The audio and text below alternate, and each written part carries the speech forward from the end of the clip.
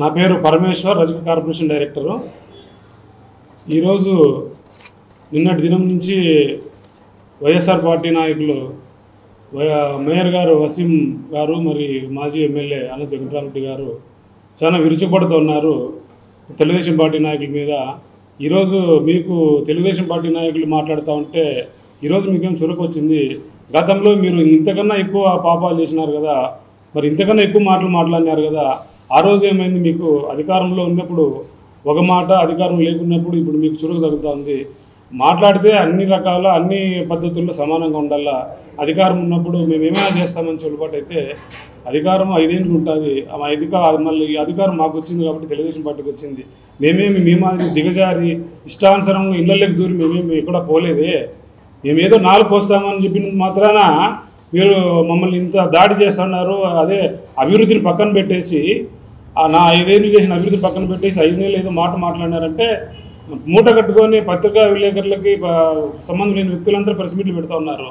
మరి ఇళ్ళల్లో దూరినప్పుడు ఇళ్ళల్లో వచ్చి ఆఫీసులు పగలు కొట్టినప్పుడు ఆ రోజు ఎక్కడ పోయింది మీదంతా? మీ మానవత్వ విలువలను ఎక్కడ పోయాయి? ఈరోజు ఏదో మాట్లాడినంత మాత్రాన పని కట్టుకొని ప్రెస్ మాట్లాడతారు. ఇది పద్ధతి కాదు. ఎవరికైనా సమయం వస్తుంది. మేము మీ మాదిరి దిగజారి మేమే ఇక్కడ దౌర్జన్యం చేయడం లేదు. ప్రజలు అధికారం ఇచ్చారు. మేము శాంతియుతంగా, మా నాయకుడు కూడా శాంతియుతంగా పనిచేయాలా, శాంతియుతంగా పరిపాలన చేయాలని మమ్మల్ని దండిస్తున్నాడు. కాబట్టి మేము శాంతియుతంగానే పని చేస్తాము. మేము ఎవరికి దౌర్జన్యాలకి మేము మారుపేరు కాదు. మీరు అటువంటి దానికి మారుపేరు. మీరు ఇప్పటికైనా తెలుసుకొని మీరు పత్రికలు మానుకొని మీ పార్టీలో లీడర్లు వాళ్ళని కంట్రోల్ చేసుకోండి. మళ్ళీ గతంలో తెలుగుదేశం పార్టీ అధికారంలో ఉన్నప్పుడు చేసిన అభివృద్ధి రోడ్లు, టీవీ టవర్ రోడ్డు కానీ, మన గుత్తి రోడ్డు కానీ, కళ్యాణ్ రోడ్డు కానీ, ఆ నిధులు ప్రభుత్వం నుంచి వచ్చిన తెలుగుదేశం పార్టీలో చేసిన అభివృద్ధి నిధులే కదా మీరు చేసిండేది. మీరు టౌన్లో ఏమన్నా సొంతంగా చేశారా? మా అనంత వెంకటరామరెడ్డి మరి గత ఎమ్మెల్యే గారు మీరు అభివృద్ధికి అంటే మీరు ఆవిడ దూరంలో ఉంటారు. మరి అభివృద్ధి అంటే తెలుగుదేశం పార్టీ ఆ పొద్దు తెలుగుదేశం పార్టీ అధికారంలో ఉన్నప్పుడు నిధులు తీసుకొని వచ్చి మేము చేసినామంటే ఎట్లయితే పద్ధతి కాదు.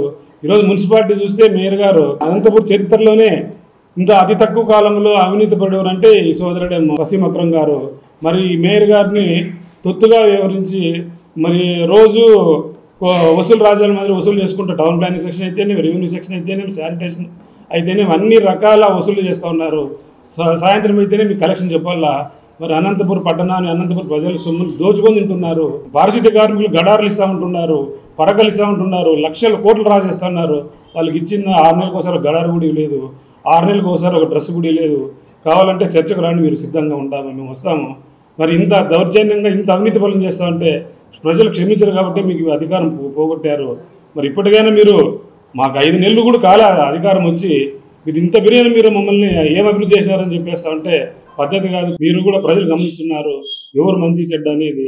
మీరు ఈ అవినీతిని తగ్గించి ప్రజలకి ఏదైనా పరిపాలన చేయండి. అశోక్ నగర్ బ్రిడ్జి తయారు చేశారు మీ పాలనలో. ఎవరన్నా తలకాయ ఉన్నోడు ఎవడన్నా ఆ విధంగా కడతాడా? అసలు రోడ్ ఎట్లుందో ఇళ్ళకి తిప్పినారు దాన్ని. మరి ఒకసారి మీరు చూసుకోండి. అసలు ఆ బ్రిడ్జి కట్టించి ఇంకా ఇప్పుడు వర్షం నీళ్ళు ఎక్కువైతే ఉన్నాయి.